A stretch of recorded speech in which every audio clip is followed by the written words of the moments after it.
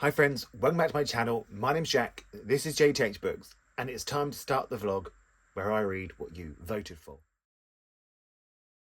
So it is that time of the month again where I get to read the book that you all voted for.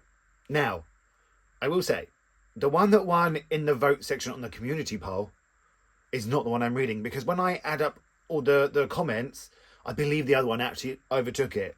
But if you've been here before, if you're a friend here, which I know some of you are, maths isn't my strongest suit. I'm shit at maths, basically, so I could have got it wrong, but I think I've got it right. Maybe I'm going to have to get some to double check. Maybe I'll have to ask my friends, but can you just work out this percentage for me, because I haven't got a clue. So it was between Something Wild and Wonderful by Anita Kelly or The Mercies by Kieran Millward Hargrave. And the winner was, you already know because of the thumbnail, it was The Mercies.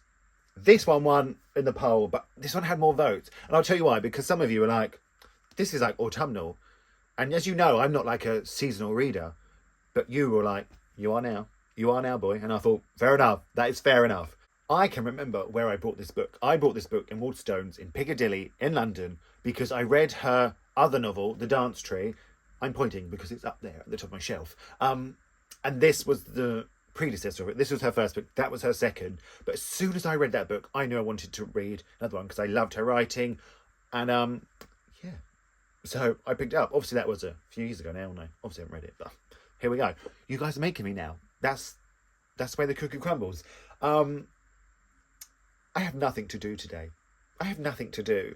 Like the last 2 weekends, I've been looking after my granddad. I've been making him breakfast, cooking him dinner, having to shower him.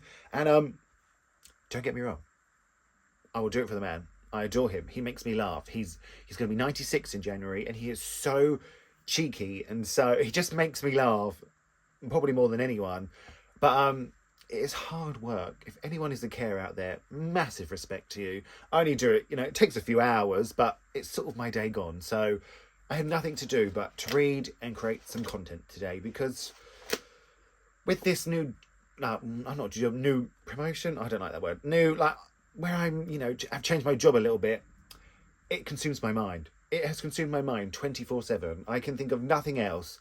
So content and content creation and all this fun stuff I like to do has just been in the back burner. It's gone to the back.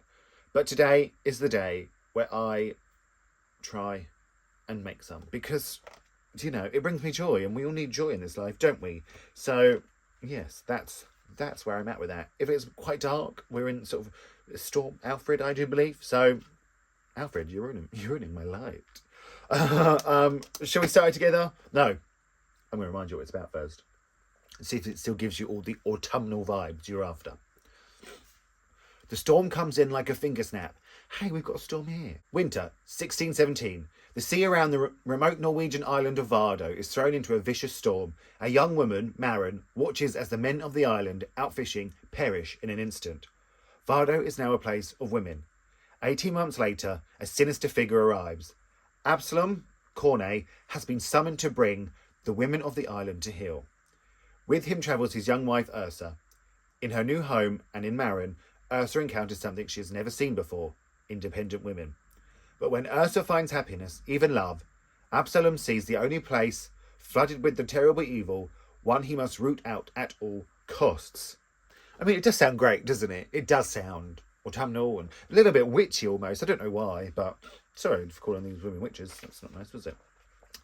Let's start it together, as always. And then I'll catch up with you at some point.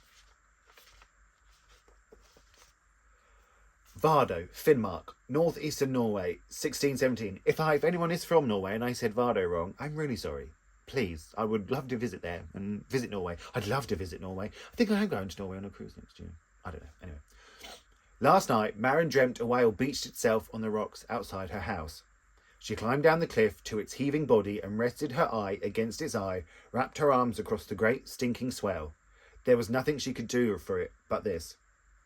The men came scrambling down the black rock like dark, swift insects, glinting and hard-bodied with blades and scythes. They began to swing and cut before the whale was even dead.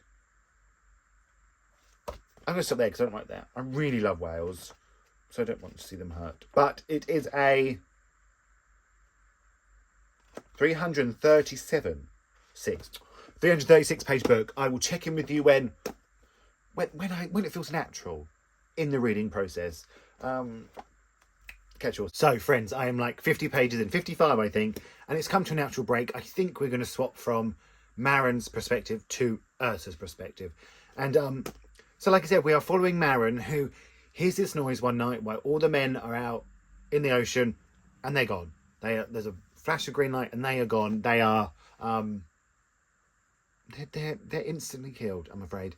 And then it's about these women trying to survive on this island, trying to pick themselves up out of their grief and carry on and find new roles. And like a new pastor has come along, and he's a man, but they all think he's useless. And there's sort of like old men and young boys there, so because they weren't on the boats. But it really is up to these women. They're having to find new ways. And there's some really interesting characters that I'm loving. Like there's this Kirsten who has sort of taken charge, and sort of there's questions whether she actually loved her husband or not. It's really, really interesting. And there's also Maren's sister-in-law, who is of a different religion, of a different ethnicity, and she's treated very badly. Even in times when they're all struggling and they're all need to come together, she's still outcast for being different. And I'm wondering, with this sort of really religious man coming, if that's going to be a problem for him. I wonder how he's going to treat her. But yeah, like, just to sort of see them learning to fish to survive, and learning what to do with the bodies, and learning how to make a living for themselves. It's really, really interesting. At first, I couldn't quite find the flow of the writing, but I've got it now. I'm very much into it. So yeah, I'm really excited to see where it went. Like I said, I think now we're going on to Ursa, who is this man's wife, and maybe they're coming to the island. That's going to be interesting, I think, as well. So yeah, I'll check in again with you when I find out about our old pal Ursula, like the little, oh no, Ursa. Is her name Ursula? Well, I'll find out. So it's much later in the afternoon now, and I've made some content for the TikTok, for the Instagram. If you want to follow me, maybe I'll put like a little thing on the screen just so you see my name. I won't have to do that. I won't. I'll link it down below. It's always linked down below. If you want to follow me, get a bit more sort of like up to date stuff from me, which I don't know why you would when I speak like that, but who knows. So I had a really fun time making content. Like, I think I forgot that this can be fun. Like I said, everything's got pushed back in my mind over this job. And, you know, I started all this. I started Instagram, Bookstagram, like where I talk about the books, because I lost my mum, and reading was the only thing that brought me joy. I can still remember reading a book called Autobiography, actually on her Kindle, and it was the first time I felt excited. It was the first time I went to sleep and I wasn't miserable. And I was not miserable because I was invested in the story. So all this stuff comes from a sort of a really, I can't think of the word, not a desperate place for me, like a sort of really sort of organic place for me. And I think where I've been a little bit like, oh, no one watches the YouTube videos, or, you know, people keep on following me on TikToks, or I'm quite like a small numbers guy compared to other people. But when I really think of it, that it brings me joy and it was a good distraction for me, that's just why I do it. It really helped me. And I have to remember that it really does continue to help me. So I'm in quite a good mood, which never happens. Oh, shall we talk about the book? You're not here for my like musings on my life. Let's talk about the book, shall we? So we've met Ursa. She is basically sort of sold off by her dad, really, to this stranger. He meets him at the dock, and he's like, I need a wife. And he's like, you can have my daughter. He didn't talk like that. He's from Norway. But I really like Ursa, actually. She's very shy. She's very young. She's sort of very scared of her husband. They're like traveling on a ship, so that's a whole new thing for her. And she's learning to be a bit independent while trying not to make him mad. And if he sees her doing anything, it makes him mad. And he doesn't want her speaking her language because he can't understand it. He's from Scotland. So yeah, it's really enjoyable. They haven't reached the island yet, but we have gone back to the island where we're seeing more of Maren and Kirsten.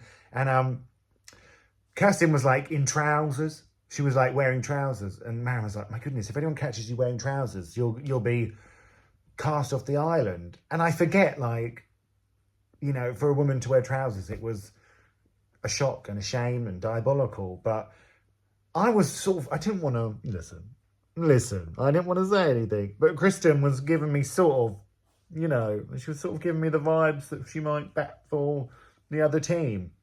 And then she had those trousers on, and I said, right, you know, Kristen, maybe you need to. And then there was a little moment between her and Maren, and I was quite shocked. I said, Jack, you're right, and you're good. So, yeah, like I said, Maren's just making a living for herself, and they're getting close to the island. And then that was it. That's what I read. I didn't even stop it. I just stopped randomly. I didn't even stop at a chapter, which is so unlike me. But yes, can you see Tinkerbell up there? Do you want me to show you that cupboard? You won't care, but I'll show you it. It's very much like my family in one cupboard. So yeah, I'm loving it. It's not anything like special. I'm not like, oh, it's gonna be one of my favorite books of the year, but it is really gripping and it is interesting, and I am enjoying it, and I'm enjoying the dynamics, and I'm enjoying the arc of the story. So yes, you've made a good choice, friends. You've made a good choice. And that's like nearly 100 pages today. So by the time I catch up with you tomorrow, after I've read in the bath and fallen asleep reading, who knows where I could be. But let's show you that cupboard now and see if you actually care. There was a picture here of my mum and dad's wedding, but I had to move it because I couldn't quite look at my mum's picture because, my goodness, do I miss that lady just at the minute. So this is sort of my sister, Tinkerbell. This little dopey here, Swarovski crystal, that is me. So that's sort of my sister. And then all these, can you see them? Gorillas and monkeys and Wind in the Willows. I don't know if that was worldwide Wind in the Willows, but that is very much my mum's shelf.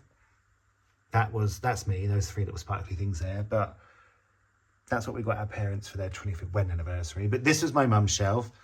And then these horses here and some more Wind in the Willows. I can remember we looked for that for so long. I mean, years for my mum. This is my dad's shelf. So it really is all just us in one cupboard, you know? So welcome to my family, guys. Good morning, it's Tuesday. There's a picture of a gorilla I took, and it's such a great photo. I'll show you when it's better lighting at some point. So I read more of the Mercies, and I'm still very much enjoying it. It's gone very much the way you would expect it to go, unfortunately. So Ursa has arrived to the island, and, you know, she's basically, well, he's had to go away for a week because it isn't quite what he expected it to be. So he's gone to check some things out. She's sort of left there on her own.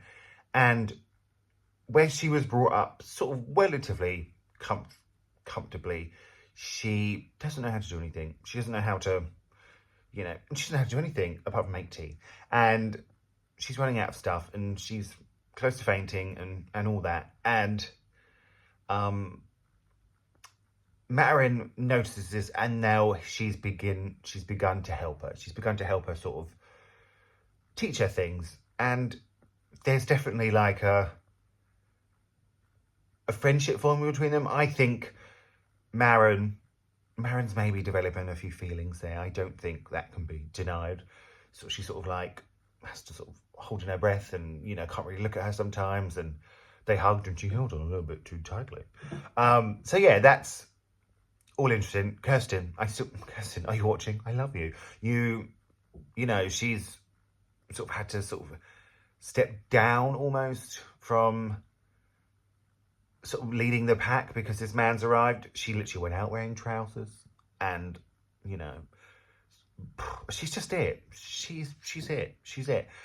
There's definitely sort of these, you know, it's quite fascinating that in this time with everything going on, these women just trying to survive, there's still this religious piety going on. And the sister-in-law, Dinah, she is absolutely refusing to sort of go to this man's sermons, go to the censors. She is just, I'm treated disrespectfully. I'm going to, I'm not bothering any of you. And, I can't believe it happened, but I can believe it happened. Obviously, there's even talk of they're actually on the Simmers people land. So, she feels very wronged. And, I mean, it's still something going on today. It's wild, isn't it? And this is what set 400 years ago. It is absolutely wild. But yeah, I'm really enjoying it, actually. Can't wait to see if they fall in love. Can't wait to see what happens. And I sort of said I wonder if he was going to be nice to her. And he has been a little bit. He's been a little bit nice to Ursa. So we're going to have to wait and see. Will Ursa return the feelings? Who knows? But I've got to go to work now. I don't want to. There you go. I said it. But I've got to go. It's 7:30. It's 7:30 in the morning. So let's go to work. If I show you some stuff, I'm going to try and show that gorilla picture that I took. And you can all be absolutely impressed. And I will speak to you when I have another update. Can you see that? Yeah, you can. Look at that. I took that. Look at the waterfall behind him. My mum loved gorillas. And I took this. So, just add photography to my list of talents. Don't add it. I haven't got any talents at all.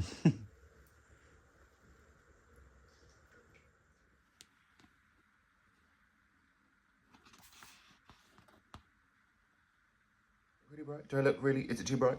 It's like in the morning, of course, and I'm trying to make it look bright. But I have come on to say, I finished this book. I finished The Mercies by Kieran Millward Hargrave. And let's catch you up on the plot. So without giving away the ending or spoiling it too much for you, all I can say is, shit got crazy. What a review. No, I mean, I remember saying that it got a bit spooky and it got a bit witchy. I was right in one sense. There was accusations, shall we say. But I just think, listen, I've got to say it, they came for my Kirsten. They came for Kirsten, and I was not happy. I was not happy at all. I said, leave her alone. But it sort of went further than I expected to, this novel, with witch trials and, just sort of the plot that happened. What I think Kieran Millward Hargrave does really, really well is she just knows how to write a fully formed novel. Like, she just knows. It's not too fluffy, but it's not too sort of literary, and it's pondering the existence of life. It is a fully formed story with an arc, with great characterization, with depth, with believable relationships, with great description. I think she really, really knows how to write a story. I felt like this with The Dance You True, and I felt like this with this one. I believe the relationship sort of between Ursa and Maren that happened. I really liked the ending. Normally I like a bit of like a strong answer ending, but this did leave it a bit open to wondering what was going to happen. I think she addressed colonialism really well in it, and how this, what was he called? Commissioner, sort of, it was his way or the highway, and he accused people of witches, and how the towns people turned on each other because some weren't religious as the others, or some had different ethnicities, or some just were different. They were different. Oh, my poor Kirsten. But I think it just shows sort of that mob mentality really, really well. I really enjoyed this. I've given it like a 4-star, like a 4.5 star. She just knows how to write a book that's really gripping and really entertaining, and deals with big things and deals with big questions, and never loses the characters or the plot. I just, girl, you know what you're doing. I'm not saying it's going to be my favourite books of the year or anything, not by any means. But if you want to be entertained and you want to come away thinking about things, I think she's the author for you. Can you tell I'm sitting on a table? On the table, not even on a chair, on the table. That's where the light is. It's where the light is. So yeah, you gave me a little spooky book to read. This is even going out on Halloween. Happy Halloween. If you have a Halloween party and it's fancy dress, I'm not coming, okay? Although I just said happy Halloween, I don't like dressing up.